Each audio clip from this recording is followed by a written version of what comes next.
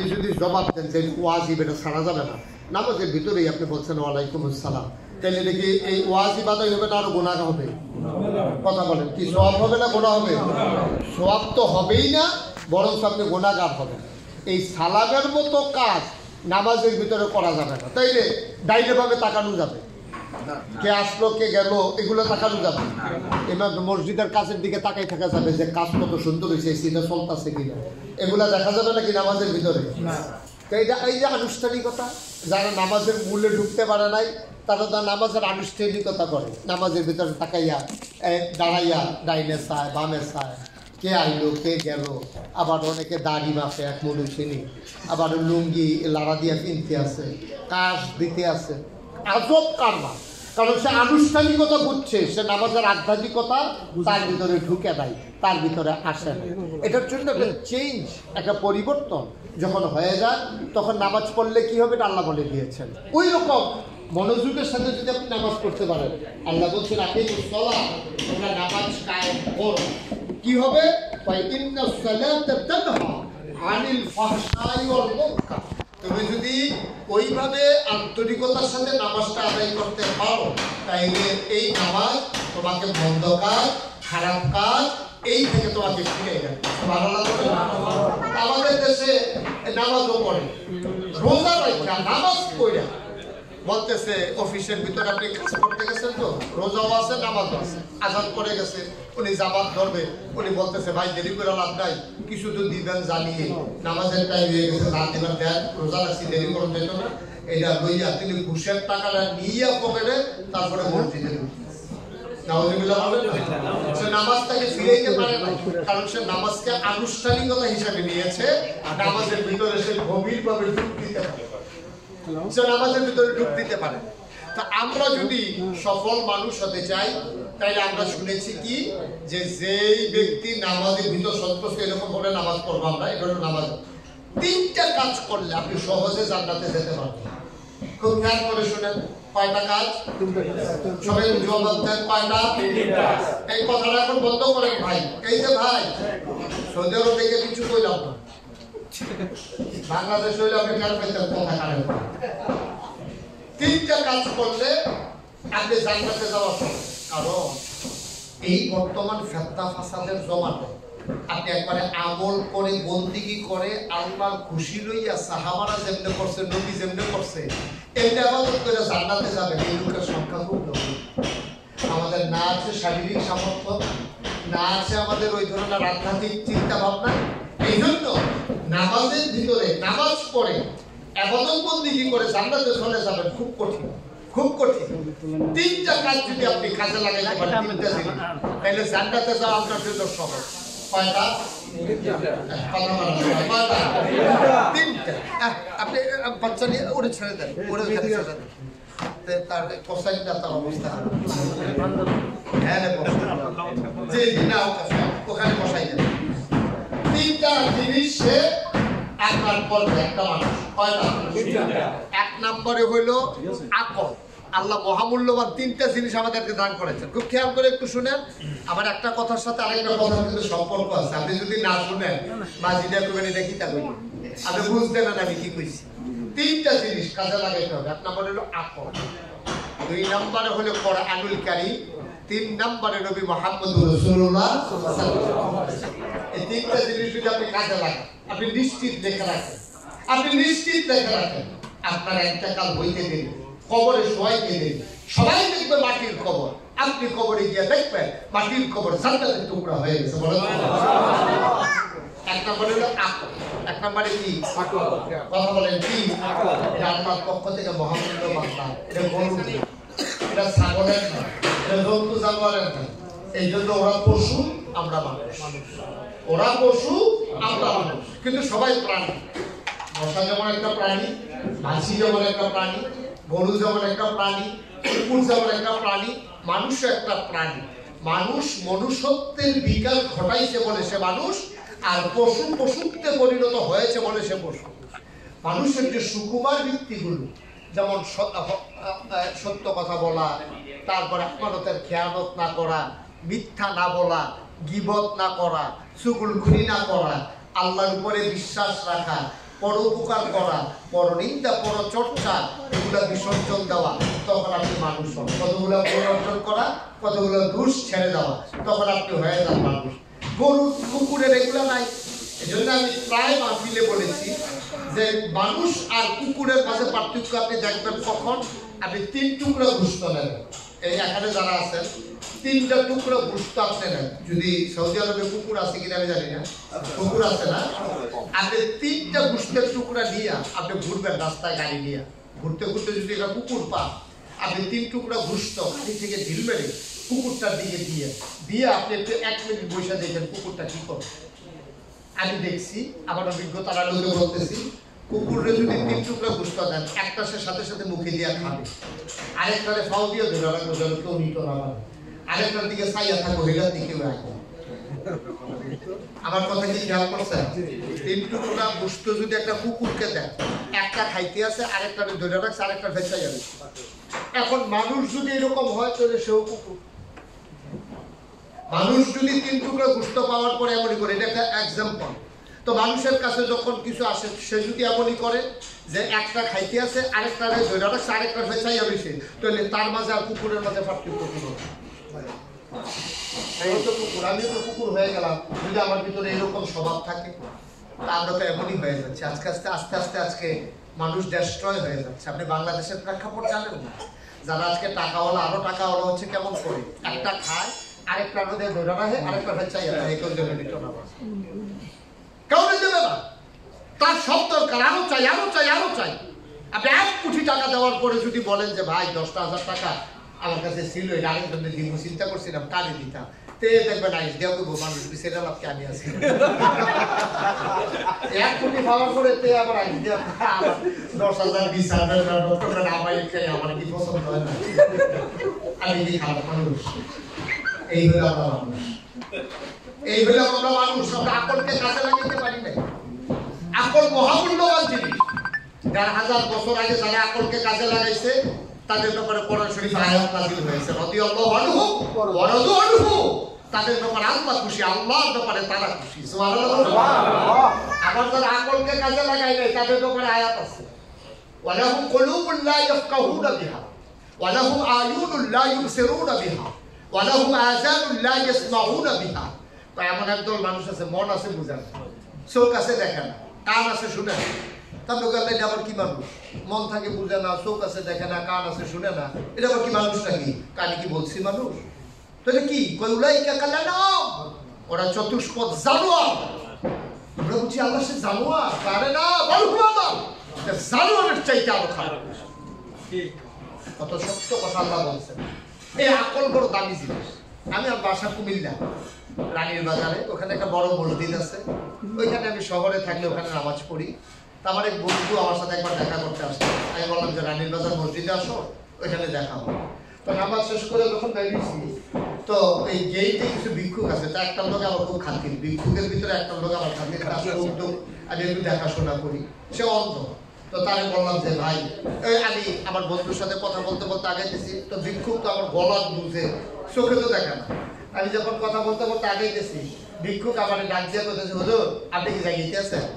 কারণ তে তো জানে যে আমি মসজিদ আইলে তারা কিছু দিবই।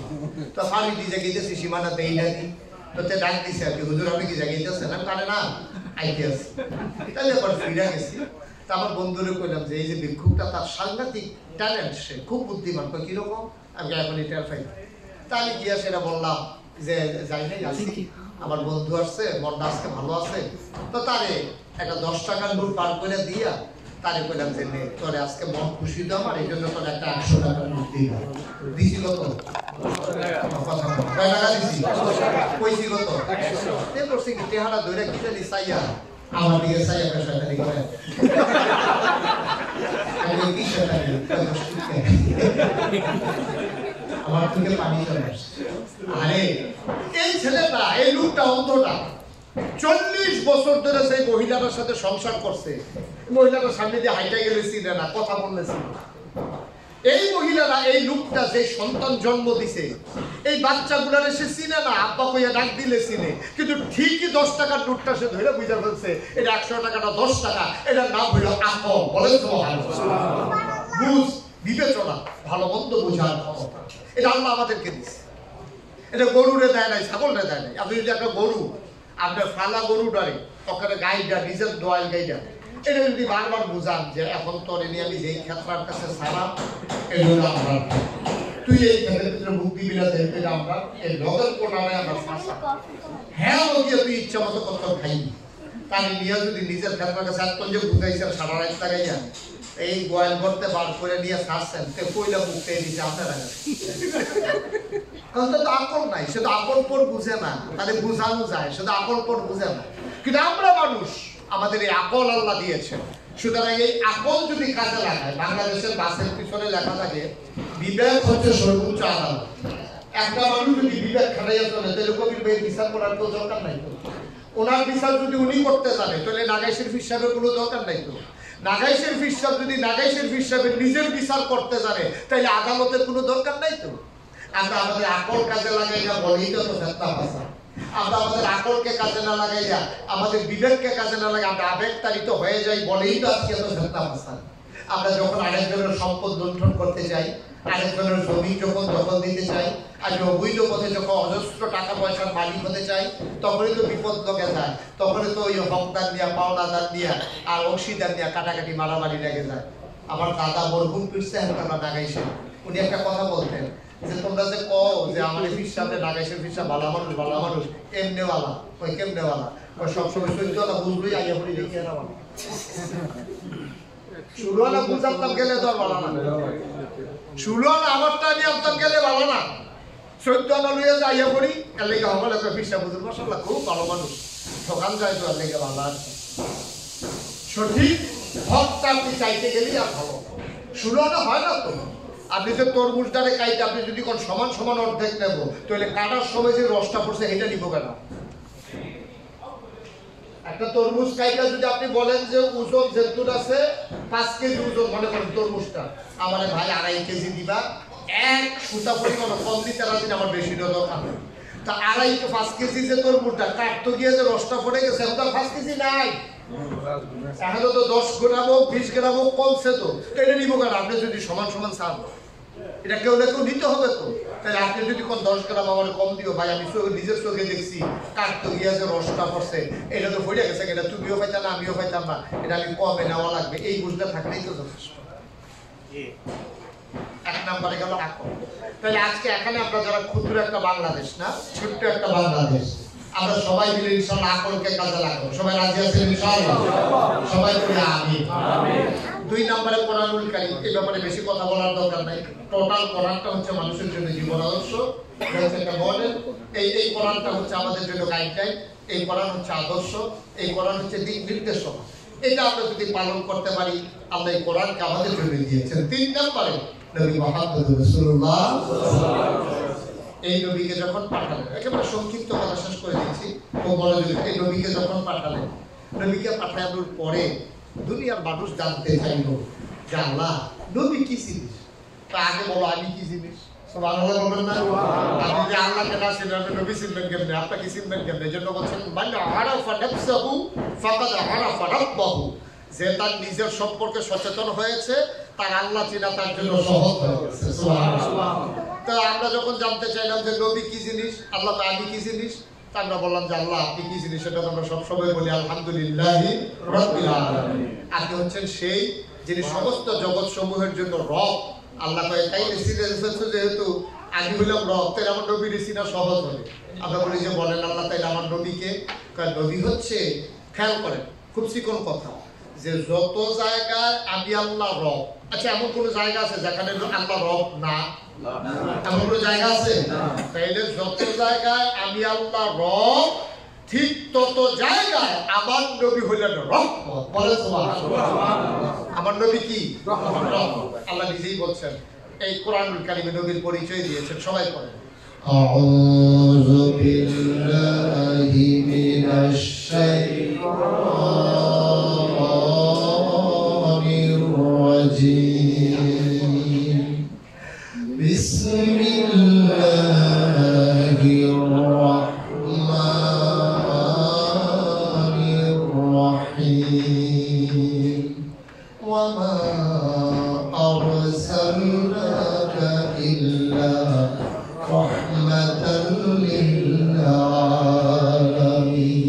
কি মজার কথা সুবহানাল্লাহ আপনি একা কি এই আয়াতটা মুখস্থ করে চুপ করে লাইট বন্ধ করে ঘুমানোর সময় বিছানায় শুয়ে আপনি আস্তে আস্তে মধুর আপনার আল্লাহ যে সুরটা দিছে এই সুরটা দিয়ে আপনি পড়েন দেখবেন কেউ বলা লাগবে না আপনি চেষ্টা করা লাগবে না আপনার চোখ বেয়ে বেয়ে টপ টপ করে পানি পড়বে এই আয়াতটার ভিতরে এমন একটা মজা এমন একটা মধু আল্লাহ লাগাই দিচ্ছে আবার পড়ি আমরা ওয়ামা আরসালনাকা ইল্লা রাহমাতাল লিল আলামিন ও দুনিয়ার মানুষ তোমরা জানতে পেরেছো আমার নবী কি আমার নবী হইলেন রহমত আমরা বলি আল্লাহ আপনার যে নবী রহমতের কোনো প্রমাণ আছে নাকি আল্লাহ কয় এই যে প্রমাণ দিয়ে দিলাম আরো শুনুন فبما رحمة من الله لنت لهم ولو كنت فظا غليظ القلب لانفضوا من حولك فاعف عنهم واستغفر لهم وشاورهم في الأمر فإذا عزمت فتوكل على الله إن الله يحب المتوكلين আল্লাহ বলছেন ও দুনিয়ার মানুষ ও জান্নাত মানুষ শোনো শোনো শোনো মন দিয়ে শোনো ফাবিমা রাহমাতিন মিনাল্লাহ আল্লাহর পক্ষ থেকে যে রহমত নবীর সাথে দেওয়া হয়েছে ওই রহমতের মাধ্যমে আল্লাহ তাবারক ওয়া তাআলা জানিয়ে দিলেন লিনতালাহুম তোমার নবীর মনটাকে আমার আল্লাহ সবার জন্য নরম করে বানিয়ে দিয়েছে আমার নবীর মন কি গরম না নরম সাংঘাতিক নরম কি যে নরম জন্মের সময় দেখেন আহা জন্মের সময় নবীজি খুব খেয়াল করেন এই 2-4-5 মিনিট কথা বলবেন সব জন্মের পরে আমার নবীজি যে বছর জন্মগ্রহণ করছে তৎকালীন জমানায় আমরা তো মক্কার কাছে এখনকার কাছ থেকে কথা শুনতেছি না মক্কার কথা মক্কার কাছে বসে বলতেছি সুবহানাল্লাহ সুবহানাল্লাহ মক্কার খবর মক্কা আহা নবীজি যখন জন্মগ্রহণ করলেন তখন একটা সিস্টেম ছিল তৎকালীন সময়ে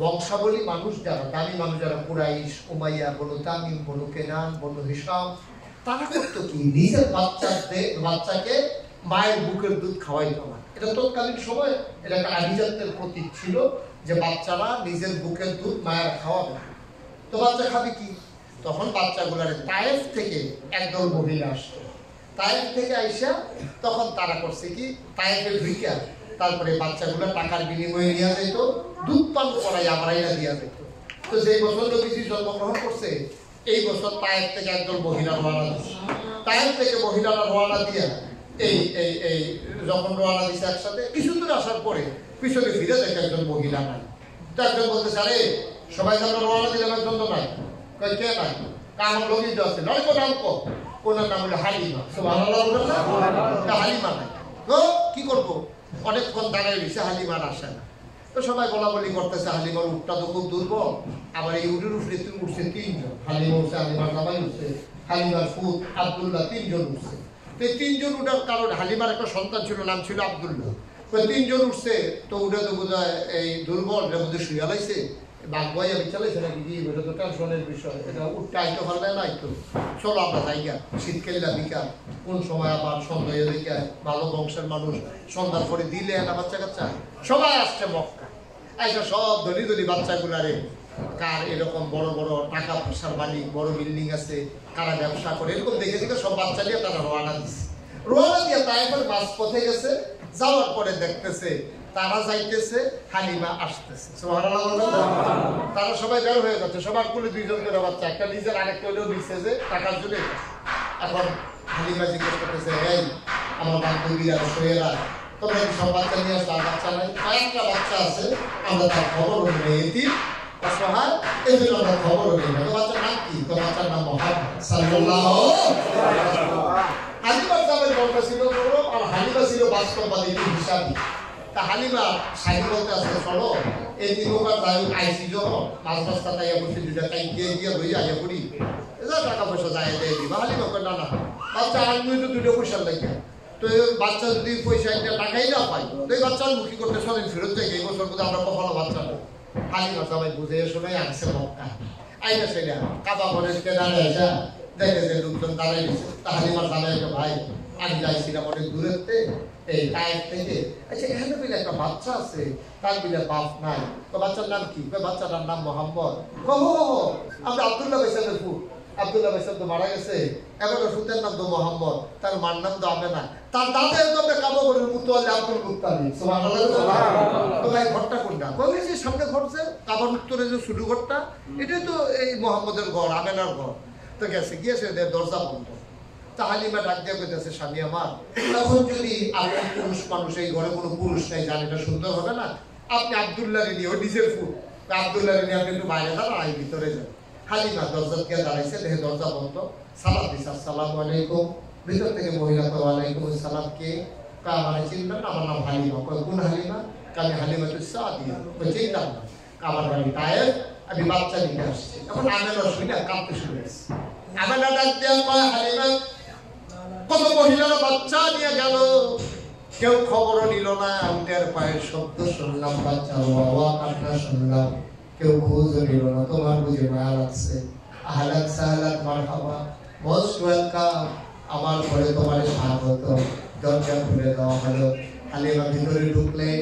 হালিমা কয়, আমি ঘরে ঢুকে দেখি আমেনা আসন পেতে বসে আছে, কোলের ভিতরে ছোট্ট শিশু ঘুমায়, আর এরকম একটা সাদা রুমাল দিয়ে বাচ্চার মুখটা এমন করে ঢাকা। আমি গিয়া বললাম আমেনা, ও আমেনা, বাচ্চা নেই এমন কোনো কথা নাই, বাচ্চারা দেখতে চাই, দেখতে কেমন, আবার একটু বাচ্চারা দেখাও। কয় দেখে নাও নয়ন করে। হালিমা কয় দেখবো কেমনে, রুমাল দিয়ে মুখ ঢেকে রাখলে।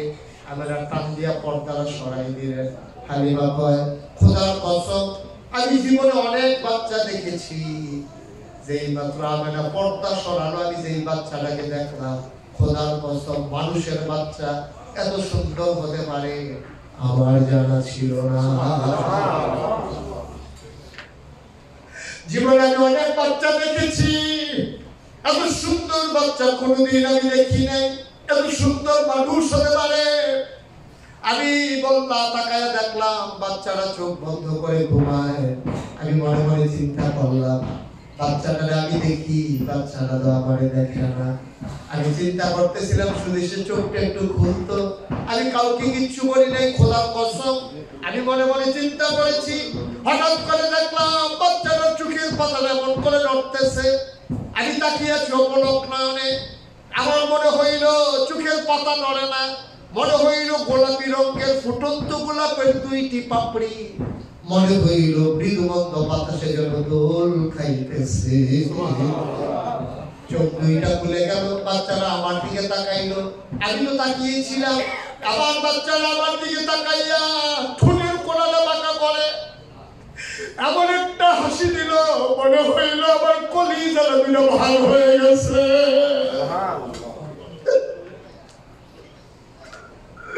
আমি বাচ্চার চোখের দিকে তাকাইয়া বাচ্চার হাসি দেখে আমার কলিজাটা মনে হইল দুটা ভাগ হয়ে গেছে। আমি দৌড় দিয়ে বাইরে গেলাম। আমি আমার স্বামীকে বললাম, স্বামী, ও স্বামী, তার টাকা পয়সা দেবেন না, এই বাচ্চা ফলে আমি যাবো না, আমি বাঁচবো না, আমি মরে যাবো, বাচ্চা আমার নেওয়াই লাগবে। হালিমা স্বামী ডাক দেয়া কয়, হালিমা নিয়ে নাও, মন চাইলে। হালিমা দৌড় দিয়া ঘরে ঢুকলেন। ডাক দেয়া আমরা গো, পারলে দিও না, পারলে নাই, টাকা পারলে দিও না, পারলে নাই, দয়া করে বাচ্চাটা দাও, আমি বাঁচবো না, আমি মরে যাবো। আমরা ডাক দেয়া কয়, বাচ্চা নেবে না, একটা আজব বাচ্চা, এটা তো একটা আজব বাচ্চা, 10 দিন পেটে ছিল, আমি টের পাই নাই আমার পেটে যে বাচ্চা আছে। আমার বাচ্চারা যখন দুনিয়াতে আসে, একটা পিঁপড়া কামড় দিলে আমি টের পাই, কিন্তু আমার বাচ্চা যখন দুনিয়াতে আসে, একটা পিঁপড়া কামড়ের মতো টের পাই নাই। হালিমা ডাক দেয়া কয়, দাও দাও বাচ্চারা দাও, আমার কাছে আমানত। আমি ডাক দেয়া কই, দাও সব বাচ্চা, খিদা লাগলেও কান্দে না, ঘুম পাড়াই দিলে নড়ে না, এটা তোমার কাছে আমানত নাও। হালিমা কয়, আমার কাছে আমানত থাকবে, আমেনা ডাক দিয়ে কই শোনো শোনো শোনো, এই বাচ্চাটা নিয়ে আমার একটা দুঃখ আছে, এই বাচ্চাটা নিয়ে আমার দুঃখ আছে। তার আব্বা নাই, আমি তার একটা কাগজের খেলনাও কিনে দিতে পারি নাই, কিচ্ছু কিনে দিতে পারি নাই। তাহলে ঘুম পাড়াই দিলে ঘুমাই থাকে, খিদা লাগলেও কাঁদবে না। একদিন আমি গোসলখানায় হাম্মামে ঢুকেছি গোসল করতে। আমি যখন গোসল করতে ঢুকেছি, ঘুম পাড়াই গেছি, গায়ে পানি ঢেলে ফেলেছি, হঠাৎ করে শুনলাম ভেতরে আওয়াজ শোনা যায়, হাত পা নাড়াচাড়া। আমি ভিতরে দিকে উকি মেরে তাকাইয়া দেখি আমার মোহাম্মদ, যার আমি একটা খেলনা কিনা দিতে পারলাম না। আমি তাকাই দিকে হাত পাও নাড়ে, কি যেন ধরতে চায়। আমি উপরের দিকে তাকাই দেখি আমার মোহাম্মদ, আমি তারে খেলনা কিনা দিতে পারি নাই, কিন্তু তার আল্লাহ তারে খেলনার বাকি রাখে নাই।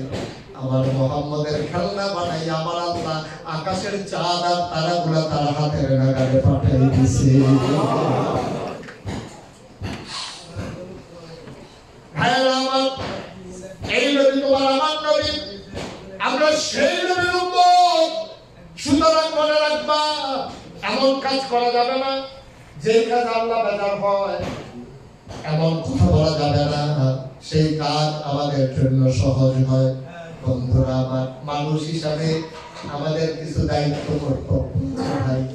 শুধু আসলাম, খাইলাম, টাকা কামাই করলাম, বাড়ি করলাম, এটাই শেষ না। আমি চিন্তা করেছি, মুশতাক হয়েছি আবার আসবে না, আমার কবির ভাই আবার আসবে না, নুরু ভাই আবার আসবে না, এই জীবন।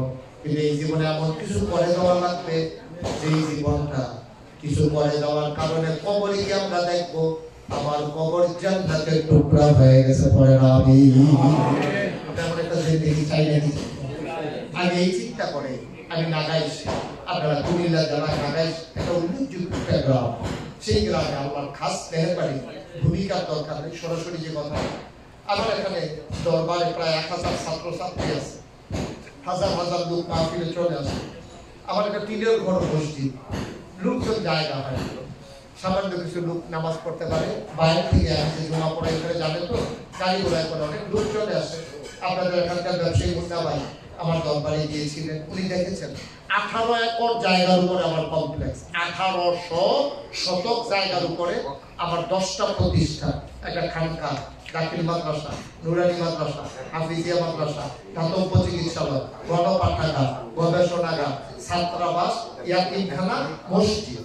আমার মসজিদটা টিনের ঘর। আমি চিন্তা করলাম দৃষ্টিনন্দন, স্থাপত্য শৈলী মণ্ডিত, মুসলিম বিশ্বের এক অনন্য নিদর্শন, বড় করে একটা মসজিদ করবো।